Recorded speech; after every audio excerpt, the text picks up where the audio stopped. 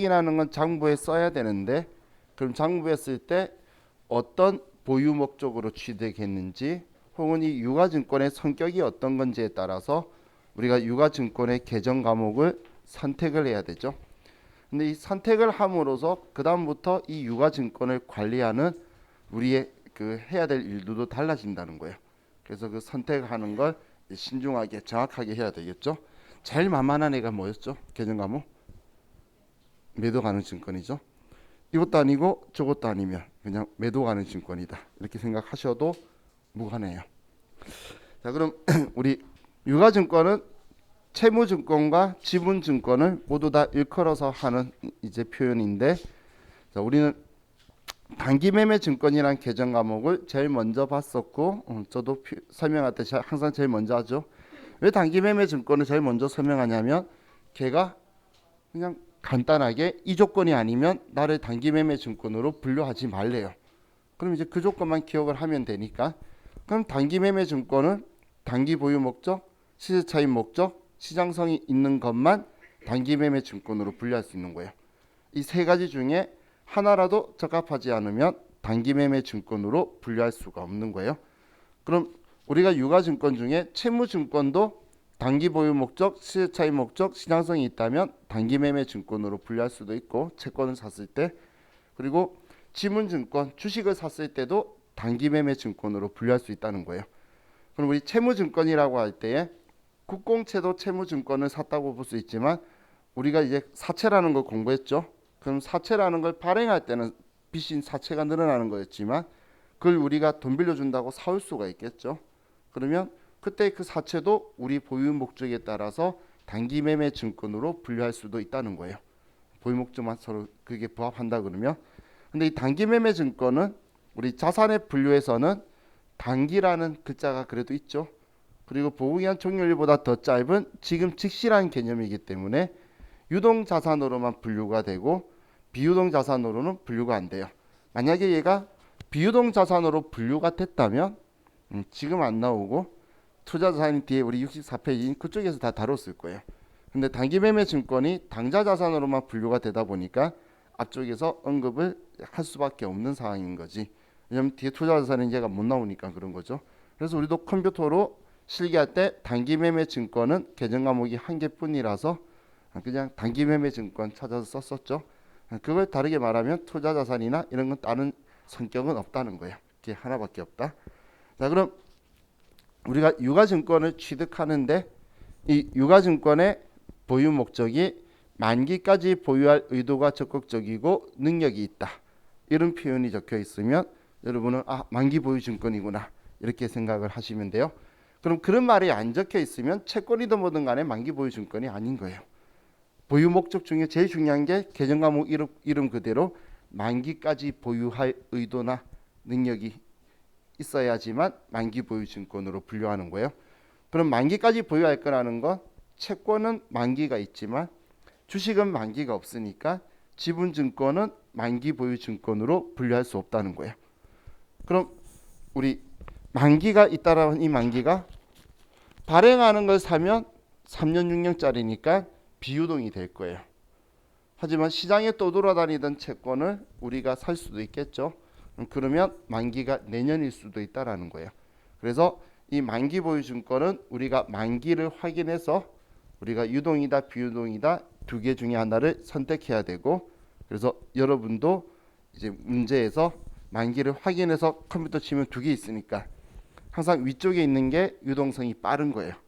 두 개가 있으면 위쪽 유동성이 빠른 거니까 위에 거가 유동이구나 아래가 비유동이구나 이렇게 생각하셔서 컴퓨터 입력할 때도 선택을 하셔야 돼요. 자, 그럼 우리사가 여러분들 실기할 때는 쓸 일이 없는 계정 과목인데 우리 유가증권을 취득했는데 특정한 회사에 영향력을 행사하기 위해서 주식을 취득하는 거예요. 그럼 특정한 회사에 영향력 행사하려고 취득한 거를 우리는 지분법 적용 투자 주식이라는 계정 과목을 쓸 거예요. 그럼 이 지분법 적용 투자 주식이라는 계정 과목은 영향력 행사 목적이니까 주식한테만 가능해요. 그래서 지분증권만 분류가 가능하지 돈 빌려주는 채무증권 가지고 영향력을 행사할 수가 없다라는 거예요. 그래서 우리는 지분법 적용 투자 주식은 지분 증권만 되고 또 회계 기준에서 이걸 투자 자산으로 분류하라고 하고 있으니까 투자 자산은 비유동 자산이죠. 그래서 비유동 자산으로만 분류가 되지 유동 자산으로는 분류할 수가 없다라는 거예요. 자, 그리고 마지막으로 우리가 제일 좋아해야 될 이제 개정 과목. 이것도 아니고 저것도 아니고 그냥 봤는데 투자 목적으로 유가증권을 취득했대. 그냥 사채를 사왔대. 사채를 매입했대. 그러면 사채 만기 보유 증권 이런 생각하면 안 돼요. 지문에서 만기란 말 없으면 그냥 사채를 사왔대. 왠지 모르겠대. 그럼 매도 가능 증권인 거예요. 왜 샀는지 모르겠는 거. 나중에 거기서 많이 실수해요. 그럼 내가 왜 샀는지 원인 몰라도 매도 가능 증권, 또 방금 말했던 단기 매매 증권, 만기 보유 증권, 지분법 적용 투자 주식 이 세 개로 분류 못해도 매도 가능 증권. 그냥 장기 투자 목적이래. 그래도 매도 가능 증권. 그냥 온통 매도 가능 증권이 원래 일반적으로 제일 많이 쓰는 거예요. 그러니 매도 가능 증권은 이것도 아니고 저것도 아닌 거 다 모아뒀으니까 얘는 우리 채무증권도 분류를 하고 지분증권도 분류를 하고 주식이든 채권이든 안 가리고 전부 다 분류할 수 있고 유동이든 비유동이든 따지지 않는다는 거예요. 전부 다 가능하니까 우린 개정 과목이 두 개가 있죠.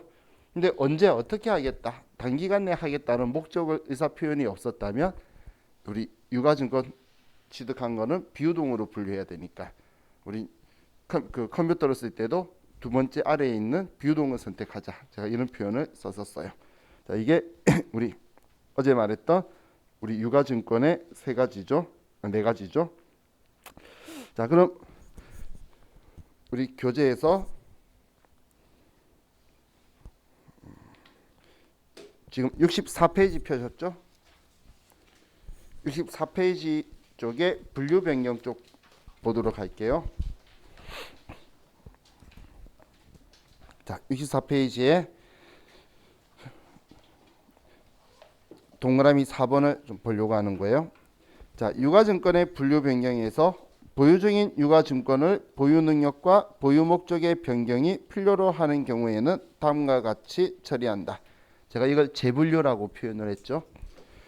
자, 그럼 첫 번째, 단기 매매 증권은 만기 보유 증권 계정이나 매도 가능 증권으로 재분류할 수 없으나 할 수 없다 그러죠. 그렇죠? 그런데 더 이상 단기간 내에 매매 차익을 목적으로 보유하지 않는다면 매도 가능 증권이나 만기 보유 증권으로 분류 변경할 수 있다. 앞에 왜 안 된다고 말했다가 뒤엔 또 된다고 말했다가 된다는 이야기예요. 그렇죠? 그럼 또한 만기 보유 증권 계정이나 매도 가능 증권 계정을 단기 매매 증권으로 재분류할 수 없다라고 적혀 있죠. 그리고 예외적으로 단기 매매 증권이 시장성 상실한 경우에는 매도 가능 증권으로 분류하여야 한다라고 적혀 있어요. 자, 이거 시험에 지문으로 자주 나오는 거예요. 단기 매매 증권이 시장성 상실하면 매도 가능 증권으로 재분류한다라는 거 있죠. 제가 이거 이야기할 때 그래서 그 외환은행 이야기 했었었죠. 그렇게 하면서 여러분들이 기억을 좀 하시면 좋을 것 같아요. 자, 다음 아래 매도 가능 증권과 만기 보유 증권은 서로 재분류 변경이 가능하다. 만기 보유 증권하고 매도 가능 증권, 매도 가능 증권은 자유롭게 가고 오고를 전부 다 인정해 준다라고 했죠. 자, 다음 단기 매매 증권을 매도 가능 증권으로 재분류 시 분류일 현재 공정 가치로 평가 조정하여 변경하여야 하며 평가에 따른 손익은 단기 매매 증권 평가 손익으로 처리하여 단기 손익에 반영하며, 자, 이 말은 단기 매매 증권을 매도 가능 증권으로 바꾸면 그 변경하는 날의 공정 가치로 평가해서 그 차이만큼은 단기 매매 증권 평가 손익으로 처리할 거란 이야기예요. 그리고 이제 매도 가능 증권으로 새로 살아라, 그런 이야기 표현이에요. 자, 매도 가능 증권을 만기 보유 증권으로 재분류 시에도 재분류의 현재의 공정 가치로 매도 가능 증권 평가 손익은 만기 보유 증권 평가 손익으로 변경하며 자본의 기타 포괄 손익 누계액으로 분류한다. 얘가 제일 이상한 표현이에요. 자, 매도 가능 증권 평가 이익 평가 손실의 개정 과목 성격은 뭐죠? 기억나시나요? 그럼 단기매매 증권 평가의 평가 손실의 성격은 뭐죠? 괜찮아요. 오늘 기억하면 돼요. 자, 단기매매 증권의 평가손익은 이 영업의 수입 비용으로 지금 즉시니까 인식할 건데, 매도 가는 증권 평가손익은 실제로 안 일어났으니까 얘는 그냥 미실현 보유손익이라서 우리 기타 포괄 손익 누계액으로 분류해 둘 거예요. 지금 그 기타 포괄 손익 누계액이라는 게 적혀 있는데, 근데 만기 보유 증권은 이렇게 회계 처리하면서 이렇게 평가하는 애가 아니에요. 삼각후원가법이라는 특이한 걸로 평가도 아니고 얘 자산의 가치만 바꿔주는 방식을 쓰는데, 근데 만기 보유 증권 평가 손익이라는 계정 과목을 써서 한마디로 만들어서 매도 가는 증권 평가 손익의 같은 성격인 기타 포괄 손익 누계액으로 써라라고 적혀 있는 거예요. 정말 이상한 애죠. 그래서 이런 애가 있구나 정도만 생각하세요. 사실 이거 세무 1급의 이론 문제에 나와서 그냥 다 틀려주는 형식의 지문인데, 혹시 여러분들이 이해하실까봐 말해봤는데 다들 분위기가 안 좋아요. 그죠? 지금 매도 가는 증권 평가 손익이 기타 포괄 손익 누계액이라는 것도 이야기해서 기억이 잘 나기 시작하는데, 갑자기 만기 보유 증권 평가 손익 들어본 적 있어요? 없죠? 영원히 없을 거예요. 이건 쓰는 계정 과목이 아니에요. 시험에서 안 쓰는 거기 때문에 시험 이상하게 낼 때만 나오는 거니까. 자, 그럼 이제 우리 분계를 가지고 조금 더 보고 할 건데, 지금 동그라미 4번에 안 나와 있는 유가증권 계정 과목이 뭐가 있죠? 그렇죠. 지분법 적용 투자 주식이 안 나와 있죠. 얘가 우리 유가증권 챕터는 우리 회계 기준 6장이 들어가 있어요. 6장이 들어가 있는데, 그럼 지분법 적용 투자 주식도 6장이 넣어야 같이 섞이면서 바뀔 건데 6장 내용 그대로 두고 8장에다가 지분법 적용 투자 주식을 넣었어요. 그러면서 유가증권이라고 적혀 있는 챕터를 가지고 내면 걔가 종종 빠져서 나와요. 그것 때문에 지금 여기에 안 적혀 있는데, 왜냐면 책 저자는 그 우리 일반 기업 회계 기준을 컨트롤 C, 컨트롤 V라는 걸 하면서 문제를 내기 때문에 좀 문제가 아니고 책을 쓰기 때문에 그게 빠져 있어요. 근데 이 저자만 욕할 필요 없어요. 문제 출제위원도 그렇게 하고 있어서 지분법 적용 투자 주식이 동네북처럼 이상한 데서 한 번씩 떠돌아다니지 잘 안 보일 거예요. 걔가. 그래서 사람들이 이재기 신청 많이 해요. 그 지분증권은 매도 가는 증권과 단기 매매 증권으로만 분류한다. 중에 하나로 분류한다라고 내면 맞는 지분인가요? 지분법 적용 투자 주식도 있잖아. 근데 유가증권 그 챕터 기업회계 기준에는 그렇게 적혀 있어요. 그러니까 자기들은 맞는 지분이라고 썼다가 이의제기 신청하면 그렇네, 그것도 맞음, 이렇게 바보 같은 사람이 두 번이나 그렇게 됐어요. 그만큼 회계 기준서를 그대로 컨트롤 C 컨트롤 V에서 자기 원하는 답 한 개만 돌리다가 계속 거기서 걸린 거예요. 그러다 보니까 그 다음부터는 그 지문을 안 내요. 지분법 적용 투자 주식을 안 집어넣고, 그러니까 뭔가를 삽입하고 싶은 용기는 없고 자기들이 그렇게 하다 보니까 이제 걔를 보기 안 넣더라고. 그게 지금 따로 떨어져 있어서 그렇다고 보시면 돼요. 자, 그럼 우리 지금 책에는 안 적혀 있는 취득 평가 처분 회계 처리를 좀 봅시다. 취득 평가 처분.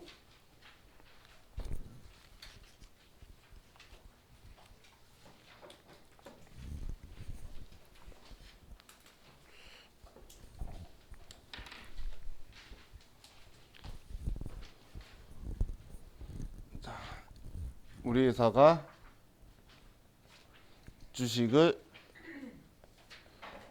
1000주,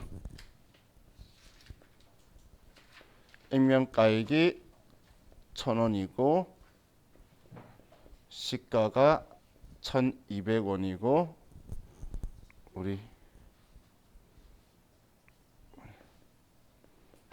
취득 수수료가 10만 원이 이제 주식을 취득한다라고 볼게요. 자, 지금 제가 작은 글씨로 제일 위에 와석 붙여 썼다는 건 많이 쓸 거란 이야기죠. 양쪽으로.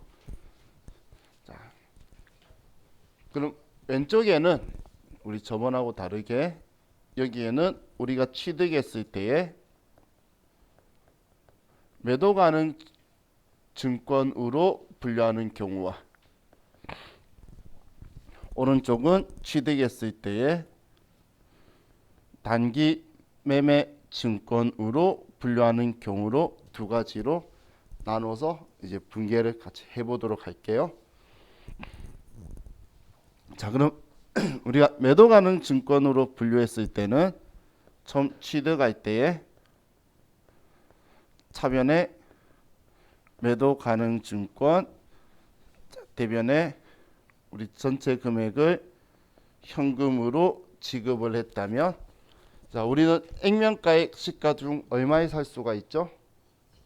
시가로 사는 거지. 취득하는 사람의 입장에서는 우리 액면 가격은 함정이라 그랬죠.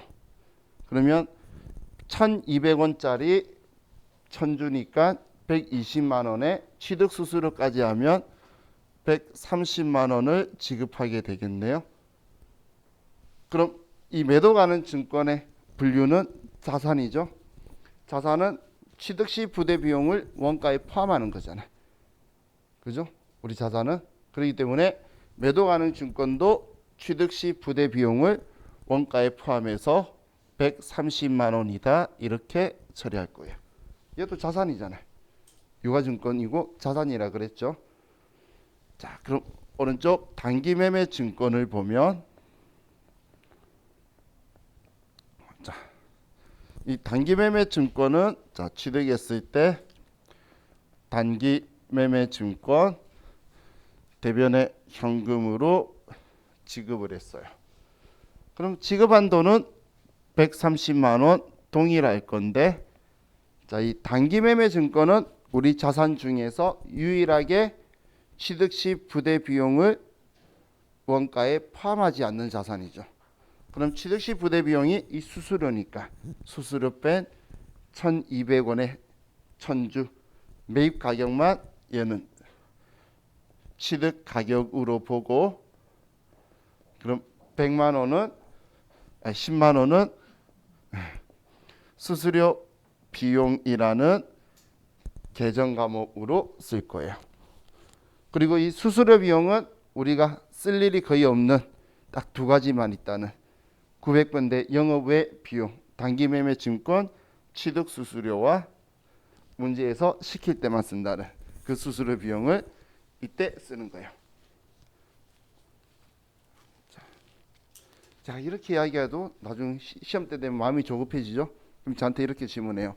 900번대 수수료 비용 그럼 언제 써요? 그럼 제가 단기 매매 증권 취득할 때 하고 문제에서 시킬 때. 근데 왜냐면 단기 매매 증권을 물어보는 문제를 내가 안 풀다 보면 또 900번대를 안 쓰고 계속 500번, 800번만 쓰게 돼요. 그럼 800번대가 판매 관리비인데 시간이 가면 갈수록 계속 관리비 느낌은 사라지고 여러분한테 판매비의 느낌이 나요. 그럼 판매하고 상관이 없으면 이상하게 관리비란 느낌은 안 들고 영업 외 비용을 쓰고 싶은 마음이 생겨요. 그러면서 저한테 그럼 얘는 언제 쓰냐고 또 물어보시는. 저는 마음속으로 이 사람이 이제 공부 좀 하나 보다. 그러니까 꼬이지. 공부 안 하면 절대 꼴 일 없잖아요. 그죠? 그래서 전 그렇게 질문하시면 좋아해요. 한켠으로 속상하긴 하지만 그지만 이제 알면 되잖아요. 그죠? 자, 그럼 이제 이거 가지고 우리가 기말에 평가를 해볼게요. 자, 우리가 얘가 X1년도인데 X1년도 기말에 봤더니 공정가액이 한 주당 1,400원으로 올랐어요.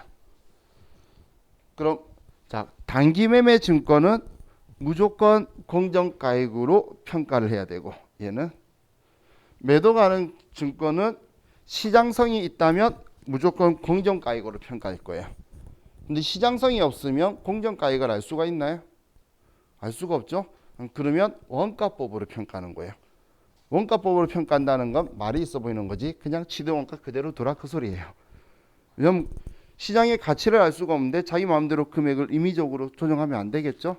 그게 지금 우리 현실에서도 지금 말썽이 많은 비상장 주식 평가에 대한 이야기죠. 저 평가에서 자기 자식한테 회사 넘겨버리고 그러고 상장 띄워버리고 뭐 이런 나쁜 짓을 해서 지금 국세청이 준비하고 있어요.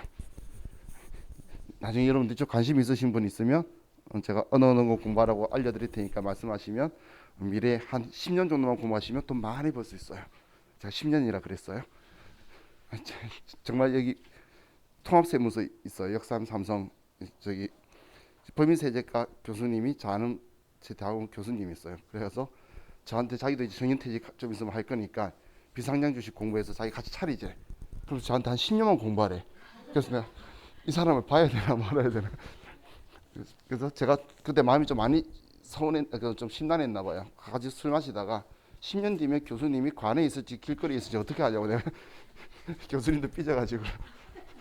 근데 정말 준비하고 있대요. 세무서가 비상장 주식 정리하고 세금 떼려고 준비하고 있으니까 기업체가 편리해서 지금 감정평가서 넘어와서 국세청이 준비하고 있어요. 그래서 그거에 대해서 업무를 아는 사람들을 많이 모아야 되는 시점이 좀 다가오니까 그쪽 공부해 두시면 미래에 고소득을 벌 수도 있을 것 같아서 이왕 공부할 거면 그쪽 하시라는 거예요. 자, 그럼 이제 매도하는 증권이 시장성이 있다는 전제로 우리 시험에 계속 실기에 나올 수밖에 없겠죠. 회계처리 없으면 문제 안 나와요. 그럼 우리는 공정가액 1,400원이라는 건 얘는 기말에 평가하는 이유가 외부 이용자에게 우리 결산할 때에 우리가 가지고 있는 이 유가증권 자산의 가치를 공정가치로 평가해서 보여주려고 하는 거예요. 기말에 평가하는 목적은.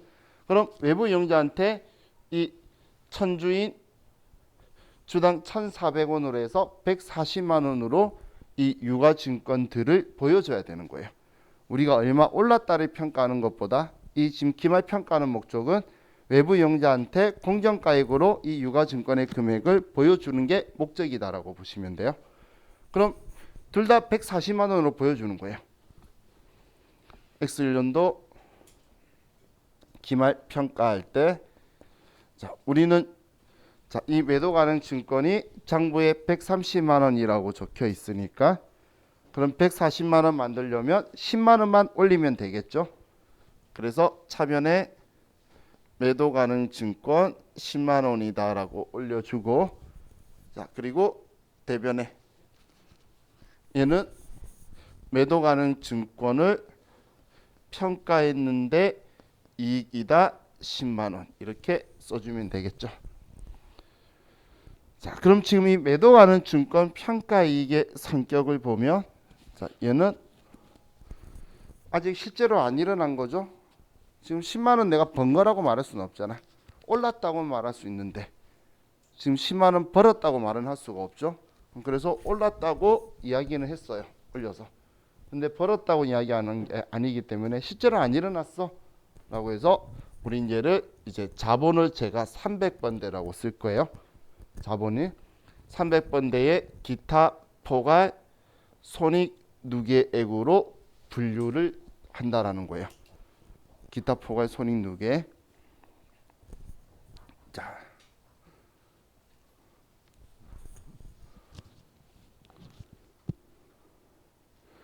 다음 오른쪽 단기 매매 증권을 가지고 보면 X1년도 기말 평가할 때 장부에 단기 매매 증권은 120만 원이라 적혀 있죠. 그럼 140만 원 만들 거면 차변에 단기 매매 증권을 20만 원을 높여줘야 돼요. 20만 원을. 그럼 대변에는 단기 매매 증권 평가 이익이 20만 원이 되게 되겠죠. 그럼 이 단기 매매 증권 평가 이익은 실제로 일어난 건가요? 얘도 실제로 안 일어난 거죠. 사실 얘하고 차이 없는 똑같은 상황인 거잖아요.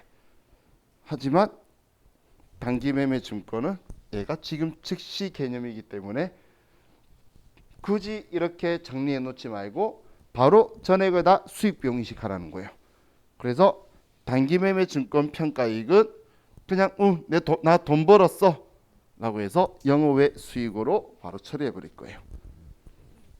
이건 우리 회사가 이상한 짓을 한 게 아니라 단기매매증권이 이상한 거라서 얘만 이렇게 하라고 기준서에 적혀 있어요. 그래서 쟤만 지금 저렇게 처리를 하고 있는 거예요.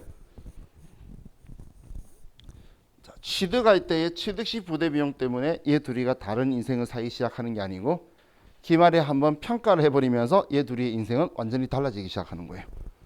그냥 그 해에 사와서 그 해에 팔면 둘이는 똑같은 결과가 나와요. 근데 한 해만 넘겨버리는 순간 둘이의 인생은 완전히 달라져요. 그럼 얘는 아직 내 거 아니야 라고 해서 돈 벌었다는 소리를 안 하는데 얘는 당당하게 벌었다고 해버렸거든. 그러면서 이제 얘 인생은 막 나가는 거고 얘는 아직 옛날을 생각하면서 가고 있어요. 난 130만 원에 샀는데 이 생각을 영원히 안 버릴 거예요. 자, 그럼 우리는 이기까지 또 얘를 가지고 있다고 볼게요. 자, 이기 기말에 봤더니 주식이 시가가 공정가액이 한 주당 1,000원으로 내렸다 볼게요. 1,000원으로.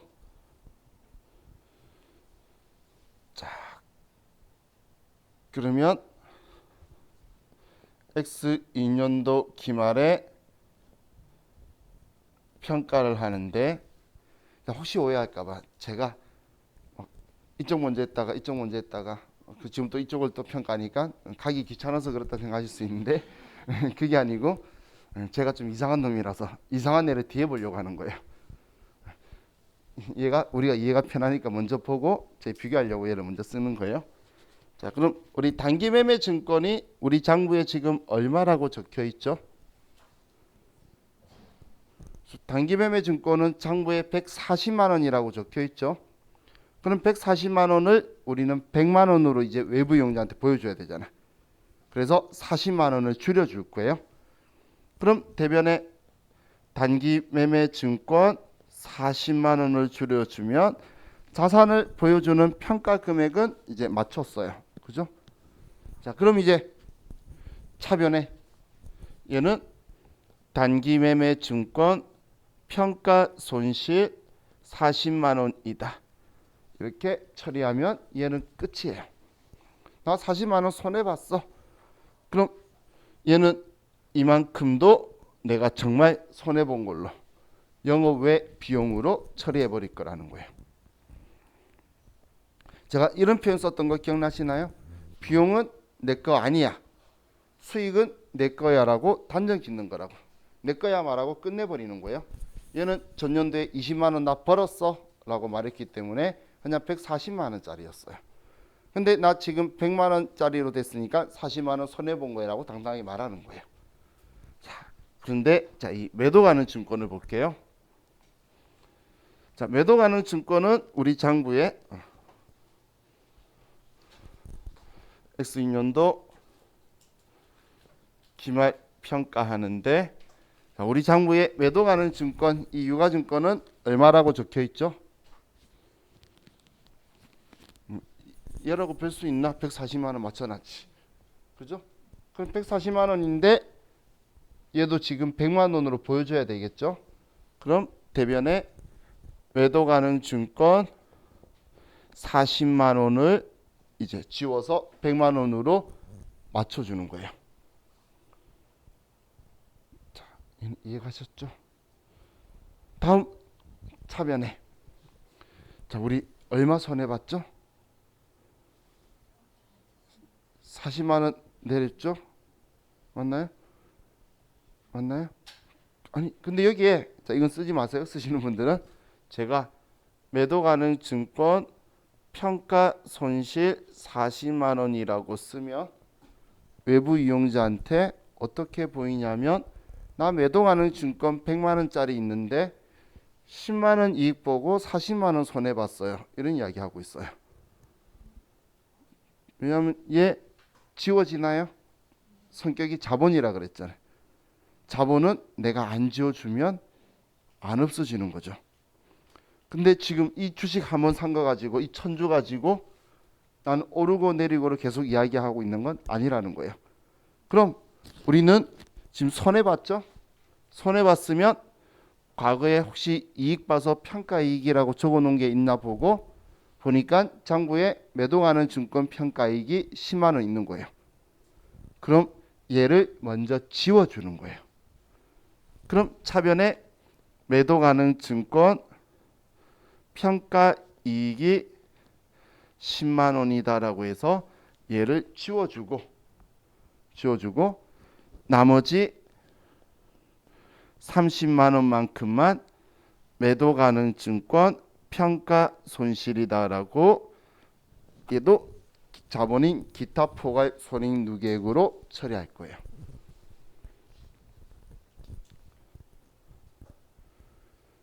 자, 그럼 우리 장부에는 매도 가능 증권 평가 이익의 잔액은 있을까요? 이제는 없겠죠. 전기 말에 생겼다가 지금 지웠잖아. 없어지겠죠. 그럼 내 장부에는 매도 가능 증권 평가 손실 30만 원만 남아 있겠죠. 자, 우리가 이 매도 가능 증권을 얼마에 샀죠? 130에 샀죠. 근데 지금 기말에 공정 까이고 나면 총 얼마죠? 100만 원이니까 30만 원 손해다라고 남으면 정확한 거잖아요. 그것 때문에 이 매도 가능 증권은 제가 이런 표현 썼죠. 나 얼마에 사왔는데 이 생각을 영원히 안 잊을 거예요. 그래서 결론적으로 장부에 남아있는 평가이익이다 평가 손실이다는 취득원가하고 차이만 계속 나오는 거예요. 지금 이제 평가 손실이 있겠죠. 자, 이런 상황에서 우리 한 번 더 평가해 볼까요? 얘는 계속 평가해도 안 신기하는데 그럼 언제 팔지 모르는 애잖아. 사실 계속 평가하면 얘만 이상한 놈이에요. 바로 즉시 팔 거라 해놓고선 3년째 가져가고 있잖아요. 그죠? 자, 그럼 X3년도 기말에 봤는데 공정 가액이 1,200원인 거예요. 제가 1,200원이다라고 볼게요. 자, 이 두 개를 잘 분류해야 돼요. 우리가 결산할 때 회계이익은 결산이 겨우 두세 문제, 세무이익은 결산이 5문제 나와요. 결산할 때 당연히 이게 평가를 하겠죠. 그럼 지금 단기 매매 증권하고 매도 가능 증권하고 이 두 개를 구분해서 잘 생각을 하셔야 돼요. 처음 보자마자 유가증권 평가네, 계정과목이 뭐야? 단기 매매 증권이네, 매도 가능 증권이네. 이렇게 생각을 해서 이 둘의 특성이 틀리니까 특성을 파악을 해서 접근을 하셔야 돼요. 자, 그럼 단기 매매 증권은 X3년도 기말에 평가하는데, 자, 단기 매매 증권이 장부에 100만 원, 한마디로 전기말 평가한 금액으로 둘 다 유가증권 금액은 평가한 금액으로 다 맞춰져 있죠. 그럼 얘 100만 원 되어 있는데 지금 120만 원으로 만들어야 되는 거잖아. 그럼 20만 원을 높여줄 거예요. 그럼 차변에 단기 매매 증권 20만 원이다라고 쓰고 대변에 단기 매매 증권 평가 이익 20만 원이다 이렇게 써줄 거예요. 자, 그럼 얘 성격은 어디 가겠어요? 무조건 영업의 수익비요. 그럼 이제 얘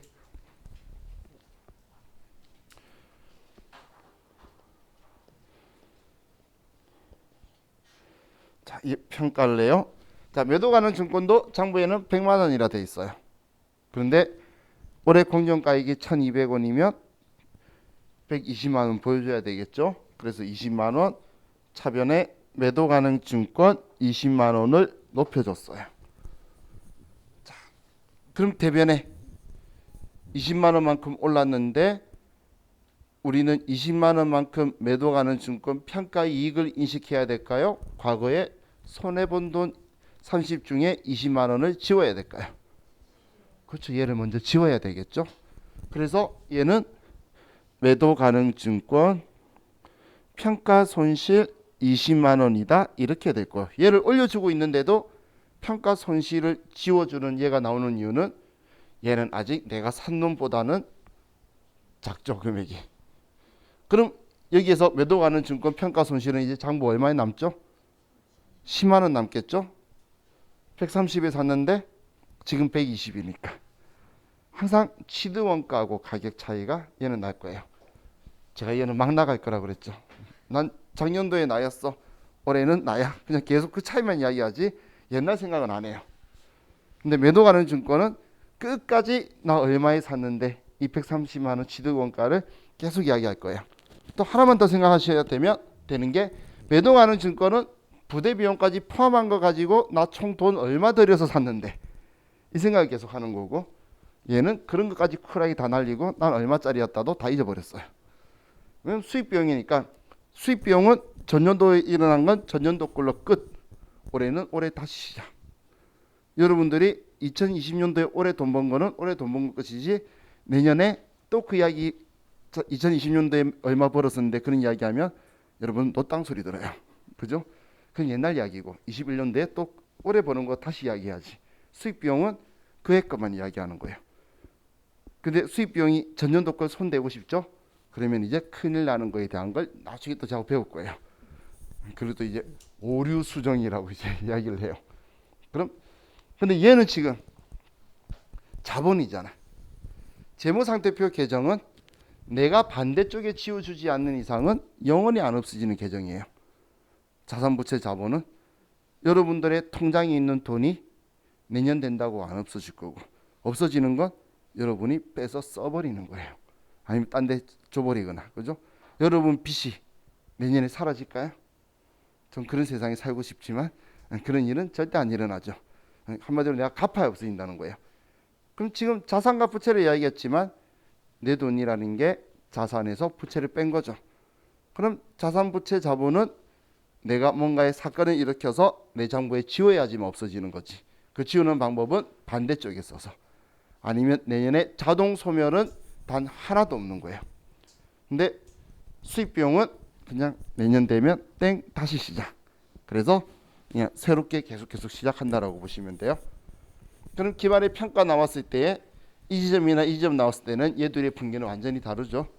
그래서 어떤 유가증권 샀느냐, 이걸 생각을 정확하게 하셔야 돼요.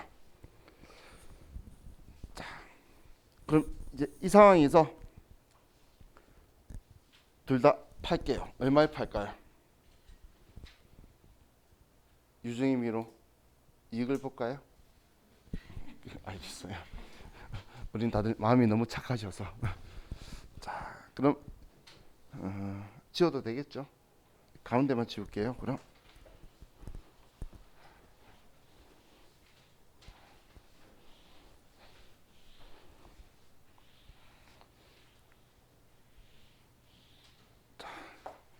그럼 이제 X4년도에 얘를 처분을 해요. 처분을. 자, 처분하는데 한 주당 시가가 1,500원. 그런데 처분 수수료가 10만 원이 들어갔어요. 자, 이런 사안 가지고 볼게요.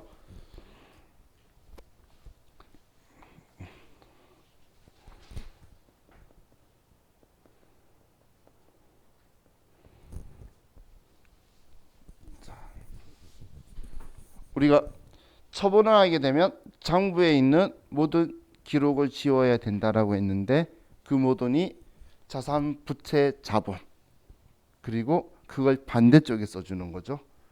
그럼 단기매매 증권은 우리 장부에 얼마라고 적혀 있을까요? 단기매매 증권은, 자, 그렇죠. 단기매매 증권은 정기말 공정가액으로 금액을 맞춰뒀겠지. 그죠? 그러면 120만 원 적혀 있겠죠? 그럼 얘를 지워야지. 대변에 단기 매매 증권 120만 원 이렇게 지우는 거예요.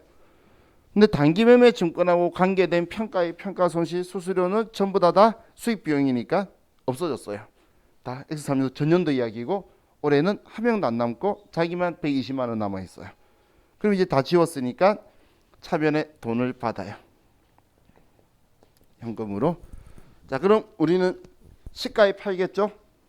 1,500원에 파는데, 그럼 150만 원 받고 10만 원 줄 수도 있고, 그냥 빼고 140만 원 받을 수도 있고, 뭐 똑같은 거죠. 빼고 받으나 우리가 받고 주나. 그럼 140만 원을 받았다고 볼게요. 그럼 우리는 차이 나는 20만 원만큼 단기 매매 증권 처분 이익이 20만 원 된다라고 적혀야 되죠. 그럼 지금 처분 수수료가 없었다면 원래 단기 매매 증권 처분 이익은 30만 원이었을 건데, 그런데 처분 수수료 때문에 20만 원으로 줄어든 거죠. 그래서 취득 수수료는 수수료 비용 처리하는 거지만 처분 수수료는 처분하면서 손해 본 거라서 처분 손익에 가감한다라고 하는 거예요. 표현 이해가시죠? 어차피 큰 의미 없어요. 영업의 비용이죠. 얘도 영업의 비용인 거예요. 이름만 틀리지 영업의 수익 비용 처리하는 건 똑같은 거기 때문에 우리 장부에 들어왔을 때는 같은 거라는 거예요. 자, 그럼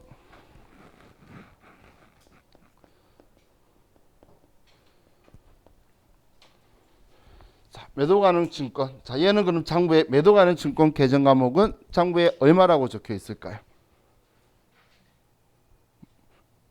매도 가능 증권이나 단기 매매 증권이나 얘 둘이는 자산이고 똑같은 애예요. 유가증권 자산.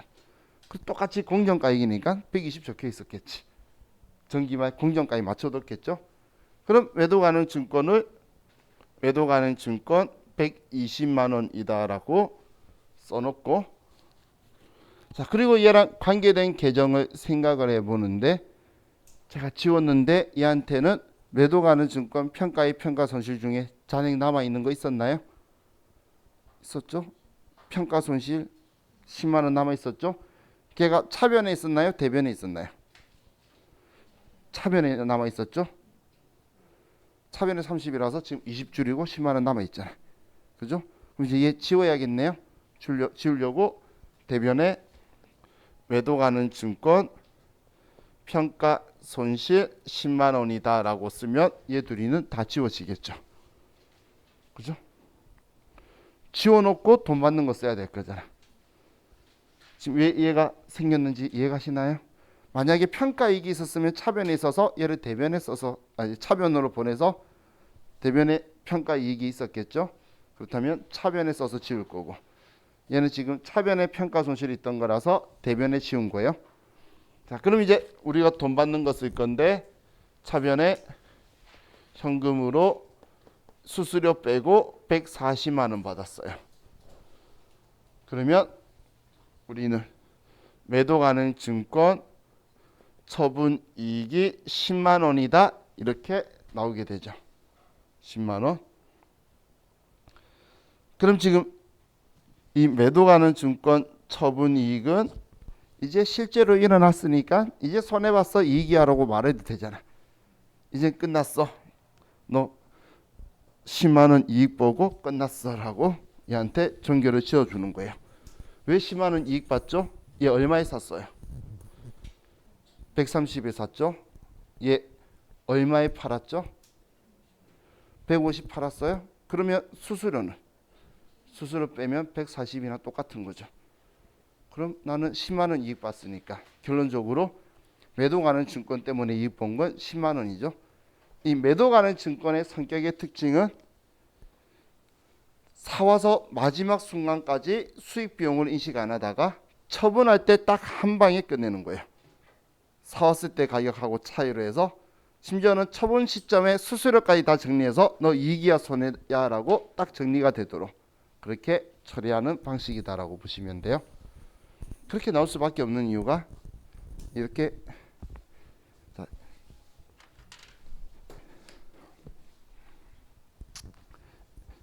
얘 취득할 때 얘를 이렇게 130만 원 썼죠.